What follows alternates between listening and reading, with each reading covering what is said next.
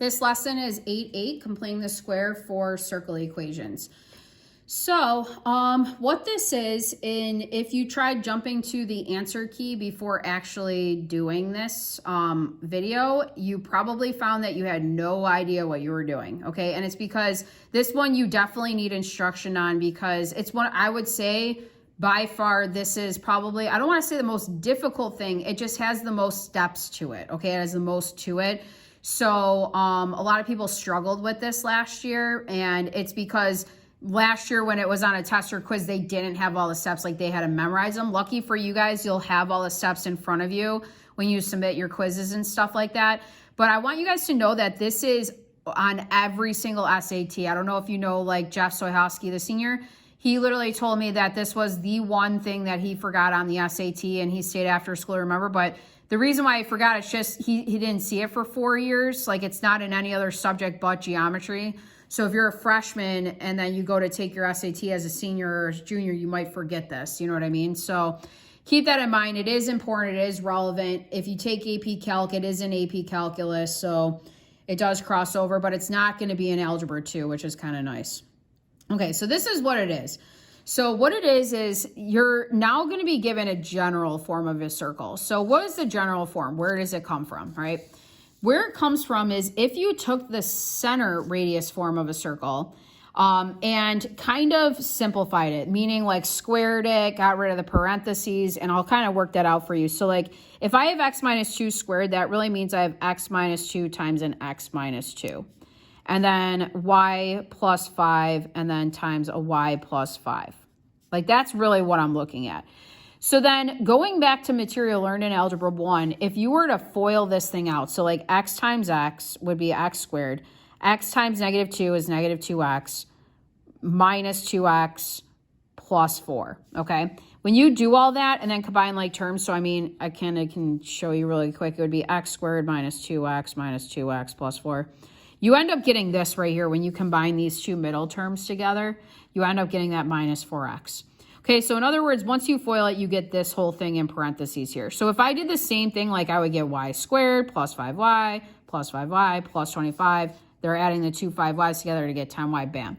So then from there, they're dropping parentheses. That's all they really did from these two steps, is drop parentheses. Then the last thing they did is rearranged it. So they're just taking this y, they're moving it over here, and then goes the x term. Then they're moving this y term to go here. And then they're adding 425 together to get 29. And then they're subtracting 9 from it. And that's where 20 is coming from. Okay, like they're moving all the terms here and then just like combining everything. So that's where it comes from. So like, let's try one all the way, because this was kind of shortened down a lot. Let's actually do one where we FOIL it together all the way down. Okay, so looking at this first example, something squared means that you write it twice. So this is really x plus 1 times x plus 1 plus y minus 3 times y minus 3 equals 16. Okay, so then when you FOIL, you go x times x, that's x squared. X times 1 is 1x, or just an x. 1 times x is x, and then 1 times 1 is 1, okay? Then if I do the same thing for this, I would have y squared minus 3y minus 3y. Negative 3 times negative 3 is plus 9. Okay, so then from there, it's all simplifying. So now I got x squared plus 2x's plus 1, y squared minus 6y's plus 9 equals 16. Okay, then what you're doing is you're moving things around. So they want it in the form, this form right here. They wanted x squared plus y squared plus some constant times x plus some constant times y plus the constant equals 0. So I'm going to have x squared plus y squared. And by the way, I can move this because addition's commutative, right? Like 3 plus 2 is the same thing as 2 plus 3. You get 5 either way. So it doesn't matter. So then I got plus 2x minus 6y. I'm going to move over here. Then I still have plus 1 plus 9 is 10. So now I'm at this step, right? All I did was combine these two together. So then the last thing is subtract 16 on both sides. I get x squared plus y squared plus 2x minus 6y minus 6 is 0. This is the general form. The general form is just you foiling, distributing, whatever, and simplifying it all, dropping parentheses, bam, that's the general form. So what the completing of the square method is it's going the reverse way. So now you're starting with this and you have to work backwards to get to this part right here so you can identify the center and radius of your circle, okay? So on the next page, this is gonna be your go-to page. This is gonna tell you how to do every step. Now, once we do a couple of these, you guys are gonna be able to start skipping steps. Like, you're not gonna need all of this, okay, just so you know. I know there's 6. I usually have honors kids get this done in 2 steps. After they do about 4 of them, they kind of get the idea and then they kind of skip stuff. So let's kind of work it out. So step 1 is you got to move the constant to the right side. The constant's going to be the number that doesn't have any x or y attached to it. So in this case, that's my 8. So to move it to the right side of the equation, I have to subtract it. Okay, so then I get x squared plus y squared minus 4x minus 6y is equal to -8. Okay, that's step 1. Step 2 is group the x terms together and then leave a space, and then group the y terms together and leave a space. Okay, so what that looks like is take your x squared minus your 4x and leave a gap. Okay, so all I'm doing is putting both of these two, make sure you have this sign go with it, okay, in one set of parentheses, leave a space. Then I add the y terms, okay, leaving a space also. Okay, so I just put these two together in a set of parentheses.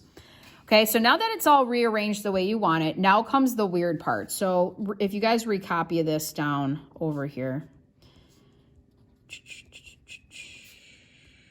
Okay, this is the weird part. This is the part that's kind of tricky, okay? So what you do is you take half the middle term, okay, that contains an x or y for both sets of parentheses, you square it and add it to both sides. So this I can understand gets a little confusing, okay? So let me break it down. You're going to take the b term. I don't care about the sign next to the b. I'm not even thinking about, I just want this number. Like when they say the middle term, this is going to be a trinomial in the end. It's going to be an x squared minus 4x plus some number. So they're talking about this. This is your b term. So take that number and half it. So if I ask you guys what's half of 4 right now, okay, you would say 2. So take half of 4, which is 2, and then square that number. So 2 squared gives you 4. So what you're going to do is you're going to add 4, and whatever you do on the left side of the equation, you're going to do to the right side. So since I added 4 here, I'm going to add 4 here. So then you got to do the same thing for this set of parentheses. So half of 6 is 3. 3 squared is 9, okay?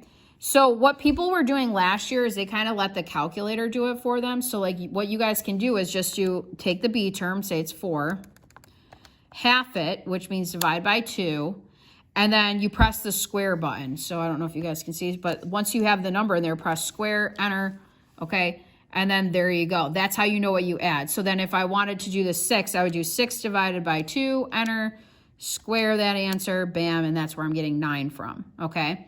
So in other words, half it, square it, half it, square it, half it, square it.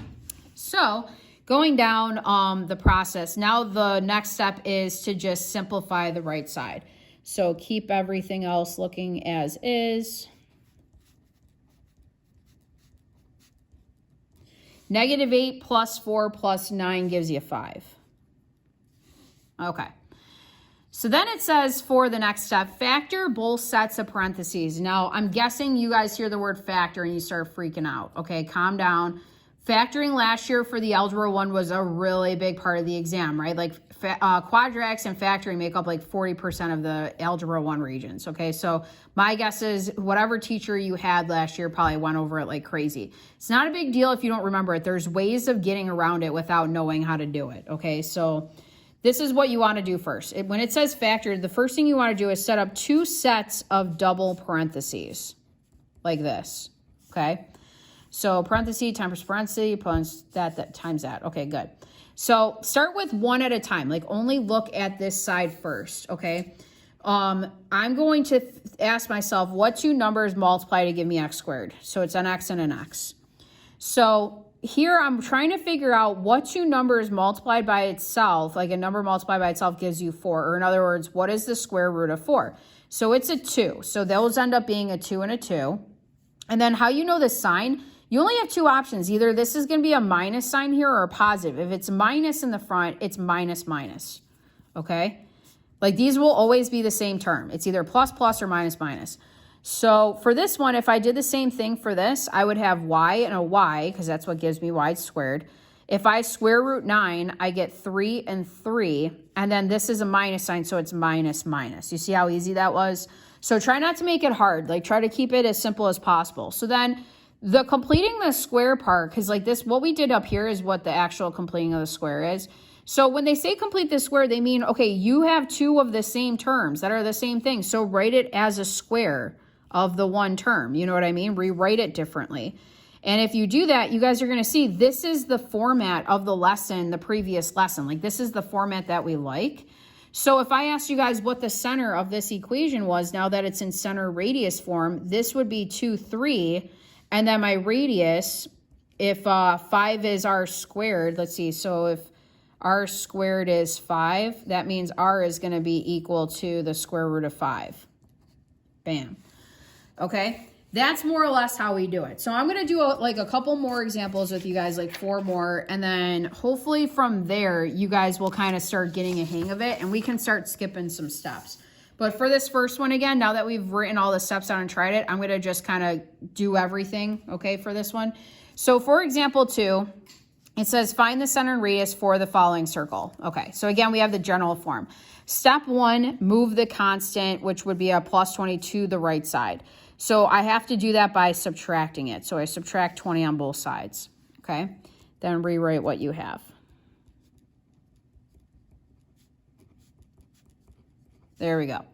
Okay, now group the x terms together. So you have x squared minus 4x in one set of parentheses, leave a gap, okay? Plus, and then we have the y terms. So write the y terms, leave a space, equals negative 20. Okay, so all I did was rearrange the x's together and the y's together in 2 separate sets of parentheses. Now comes the completing the square part. So you take the middle term, 4. Sorry, I just shook the cord. Half of 4 is 2. 2 squared is 4. So I would add 4. Whatever I add on the left side of my equation, I got to add on the right side. It's a balancing game, so I got to balance it out, okay? Half of 10 is 5. 5 squared is 25. So I would add 25, add 25. Okay, so then I simplify that right side. So I still have x squared minus 4x plus 4 plus y squared plus 10y plus 25 equals, if I add this all together, I'm just going to get a positive 9. Okay, you can just do that, right? It's negative 20 plus 29, which will give you a positive 9. Okay, so then I have to factor. So then I set up my 2 sets of double parentheses, x and x, y and y, okay? Square root 4, I get a 2. Square root 25, I get a 5, okay? This is a negative sign, so this is negative, negative. This is a positive sign, so it's positive, positive. So then I just have to write it as an actual square, right? Because it's these 2 terms twice. And then bam, there you go. That's my equation. So my center for this would be positive 2, negative 5. And my radius, if this is r squared, would be a 3. There you go. Okay, guys, what do you think? Hopefully not too bad. Let's try another one. We're just going to keep rolling through these.